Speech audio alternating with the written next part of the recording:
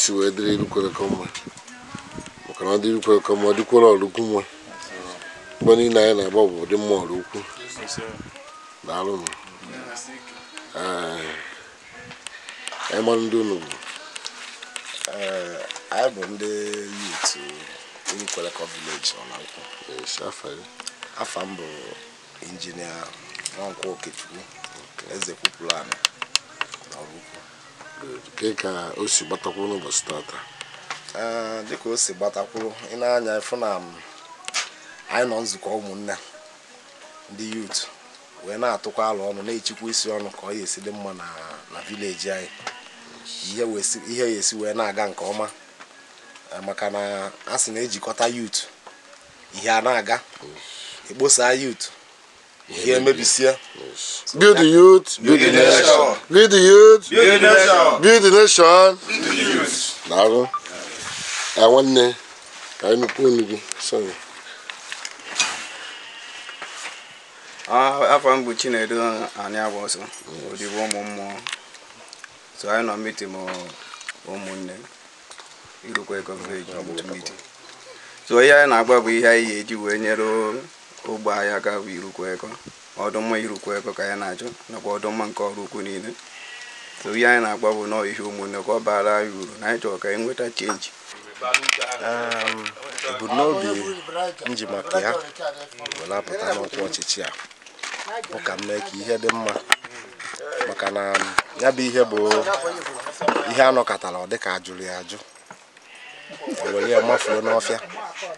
mụnwa bụ nwatakịrị wee nekọta anya wee sị mba n'oke nna m anya efu n'oke Irukweleko ama mfu ka nje nọchie anya fa. So ebu m ihe ọma n'obi ka ndozie Irukweleko ka m weta development ka ife na-aga maka na since m nọ n'Irukweleko iji gwa gị eziokwu since I'm moving n'anya fụ ka m si achịkọ ndị youth ka m gwafa mkpa ọ dị na onye ọbụla ga na-agbaso na-apụta maka na onye ada ejebe mmadụ amarọ mgbe oche nọ bie pụrụ na model then ka m nkọwakwalụ youth mkpa ka a bịa ụdụ dị youth ka ha nwee ike kwudosie ike n'egwu nke Chineke ife wee nwee ike gazie ọfụma na anị ọrụ ukwu ya na anị Irukweleko maka na ọ dịrị ha mma ọ dịrị ọrụ ukwu mma vileji a dị mma taa ọ dịrị ọrụ ukwu mma so nọọ ife ọma ka anyị na-akpa ekpere ya ka anyị na-arịọ na onye jụrụ mpụta jụrụ amamife. Nkwa m na-ekwu onye ọbụla bụ onye Irukweleko na onye ọbụla bụ onye ọrụ ukwu n'ọkwa nke a na-akwadobe bụ na mbanye na dat ọkwa na m ga-eweta udo na vileji a. M ga-ebu ụzọ chọọ udo chọọ ịfụnanya ka onye ọbụla wee nwee ike yikọrọ ọnụ wee pụta n'ọrụ ukwu ka anyị na-eme ife ka ọ na-aga n'anya ya maka na ile anya ọ dịka ya sị na be anyị dị iche n'ogbe ndị ọzọ ọ dị ụtọ ụmụ ihe ụfọdụ dịgasịnụ mana m na-ekwefa nkwa na ọma ndịzi otu ahụ ma ọ bụbụ ole na onwe ka ọ dị mgbe gboo n'oge nke kịta na ọma ndịzi otu ahụ mana m na-akali the whole youth along ka onye ọbụla pụta ka anyị nwee ike na-ekpotakwa oke anyị na-etinye ọnụ n'ife bụ ife lụrụ anyị ka anyị nwee ike na-apụkwu ọrụ ukwu na udo na ịfụnanya maka na ọrụ ukwu anyị bụ udo ka anyị chọọ kịta anyị chọọ ka ife na-aga aga n'ọrụ ukwu anyị achọzi esemokwu. Ọma m bụrụ m ihe mgbochi ihe ọ ga-eji bụrụ m ihe mgbochi bụ na onye si na mụ nwata o nwere ike abụrụ ya nwata n'anya mana m abụrụ nwata n'uche maka na nwoke ji ezinụlọ respect elu ebu biko anyị na-akarị 5 minutes mpụọ nwoke ji ezinụlọ nke aka ya na-achịkwa ya udo na-adị ife na-aga na-apụta n'ogbe na-eme ka ife na-aga ebelivu si eze nnọọ bụ ụmụazị ka a mara n'anya nke mmadụ enwere ike na-ege anya na ịdahọ dị mkpa ma ọ bụ na itopụghọ a na-ene gị anya na ebu nwata mana ihe dị gị n'ime abụrụ nwata na the main thing bụ the wisdom Chukwu nyere onye ahụ ji achịkọta obodo ọ na-agakwa ọfụma ọ ife a na-ekwu so ọma mbụrụ m ihe mgbochi kama ọ ga-abụrụ m ihe mbuli elu bụrụ ihe ga-eweta agamniru na village anyị because na the youngest president enwere na the world na bụ France president. I didn't know Amaron no Lugo the age of 40. 32 or 3. Yeah, about 30 something years now. And you get 30. Yeah, I'm above. I'm 41 years this year. Yeah, so and many people Chigolunu this country Abanyahana at the old age. Habidochali at the age of 20, 30. So nume kade nebende 30 na 20. Even na yondo Kenya ibu whether na obonye 20 ma obonye 30 nwere mmasị ijele ogbu ya ozi si kwado ya utu obi ọcha ka o nwee ike garuo ebe ahụ na-eje afọ nwatakịrị ma ihe ma ọ bụ okenye ma ihe si yuzuo ya ka alụ ọrụ ka ife na-aga n'obodo age amataro anything enwere onye dị 50 years mana o nwere ihe o mepụtara na village ya nwee onye dị 20 megolunu karịa so ihe na-ayọfa bụ onye ọbụla ga-ajụ n'ife dị ọkụ ga-ajụ oyi obere nwa na-eweta development okenye na-eweta development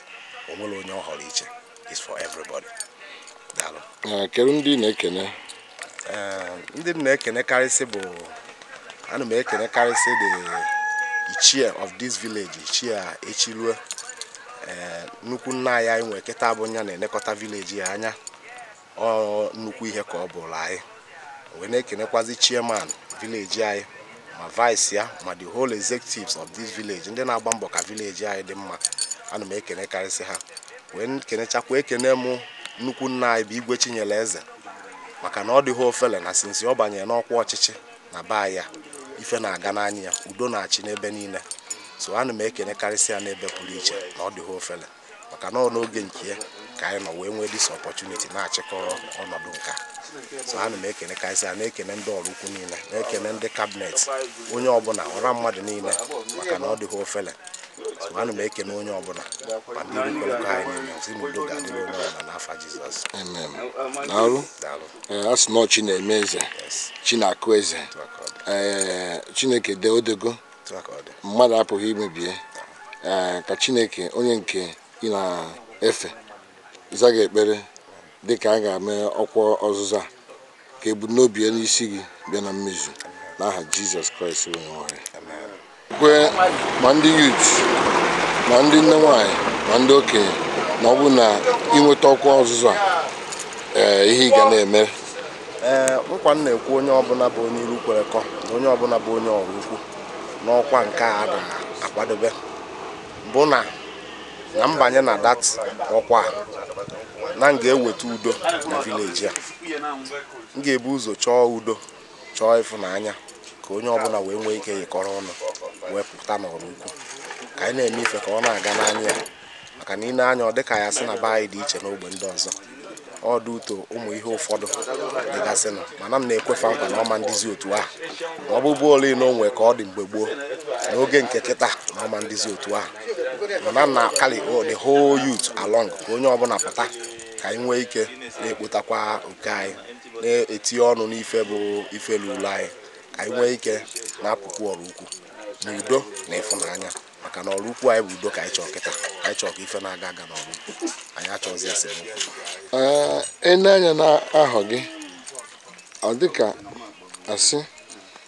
na ahọ gị pere mpe ịzụ ọkwa ọchịchị a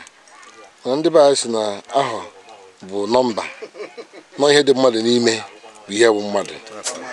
maka na afụgo m obere nwa dị ahọ 12 wee were oche eze nne ya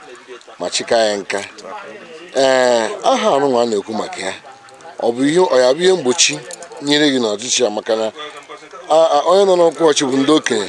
ga na-abịa ụmụazị ga na-abịa ndị dị iche iche ga na-abịa ọ ga-abụrụ gị ihe mgbochi ka ọ ga-abụrụ gị ihe mbunye elu? Ọma mbụrụ m ihe mgbochi ihe ọ ga-eji bụrụ m ihe mgbochi bụ na onye si na mụ nwata o nwere ike abụrụ ya nwata n'anya mana m abụrụ nwata n'uche maka na nwoke ji ezinụlọ respect elu no ebu biko anyị na-akarị 5 minutes mpụọ onu nwoke ji ezinụlọ nke aka ya na-achịkwa ya udo na-adị ife na-aga na-apụta n'ogbe na-eme ka ife na-aga ebelivu seze nnọọ bụ ụmụazị ka a mara n'anya nke mmadụ enwere ike ene-ege anya na ịdahọ dimkpa maọbụ na itopụhọ a na-ene-ege anya na ebu nwata mana ihe dị gị n'ime abụrụ nwata na the main thing bụ the wisdom Chukwu nyere onye ahụ ji achịkọta obodo ọ na-agakwa ọfụma ọ ife a na-ekwu ana m ekene karịsị the Ichie of this village Ichie Echilue nnukwu nna ya enwe kịta bụ nya na-elekọta village ya anya ọ nnukwu ihe ka ọ bụrụ anyị wee na-ekenekwazi chairman village anyị ma vice ya ma the whole executives of this village ndị na-agba mbọ ka village anyị dị mma ana m ekene karịsị ha wee kenechakwa ekene m nnukwu nna anyị bụ Igwe Chinyere Eze maka na ọ dịghị ofele na sinsi ọ banyere n'ọkwa ọchịchị na baa ya ife na-aga n'anya ana m ekene onye ọbụla ma ndị Irukweleko anyị niile si n'udo ga-adịrị onye ọbụla n'afa Jizọs. Amen. Daalụ. Asị na ọchị na-eme eze. Afa m bụ Mbanefo Okechukwu. Onye ebe? Onye Irukweleko. Ada agba ihe ọtọ ọchị. Ihe dị mmadụ mma. Onye nọ n'obodo kwuo na-ama n'ọnụ ịma na onye ha na-eme dị mma. Nwanne anyị nwoke Ichekwu plan anyị agbago Ichie ya bifo ihe niile anyị mekọsa anyị ejuzughị ya Jesus, smile on me, oh God.